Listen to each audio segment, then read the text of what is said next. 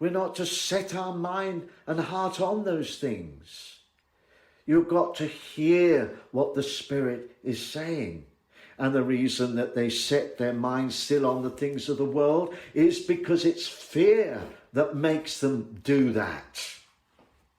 Fear will always get us to compromise, to be a slave, to be in bondage. The enemy's clever. He knows how to hold people. But we know that our Heavenly Father who loves us is setting the captives free. And why does he hold us to the world? Because the world is in fear. So do we want to set our minds on that? A world that is in fear and confusion and sin? God forbid. And this is why we don't get free. Because there's still attachments with things in the world. And so this is why we have teachings like this, so that God can close these doors. Where?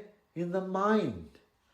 You know, as we've been looking at fear is, it's interesting, but it's got two main causes or definitions. And we touched on this last time, but I'm just sort of going over some of this again. But there's an emotion that often comes through distress or something that is dangerous or that can be a threat or something that is evil.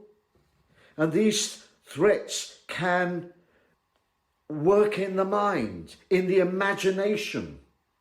If we're not sure or we don't feel very safe, then the mind, the imagination starts to work. The enemy's having a go.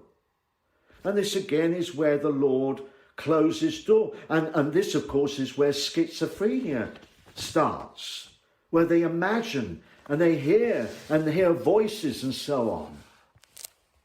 The enemy's clever, but the doorkeeper is fear to that.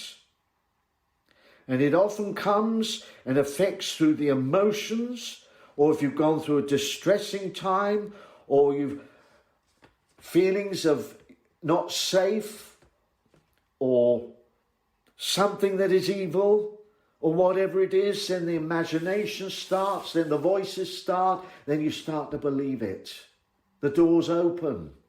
And many are gripped that way, and all they can do is throw medicine at it.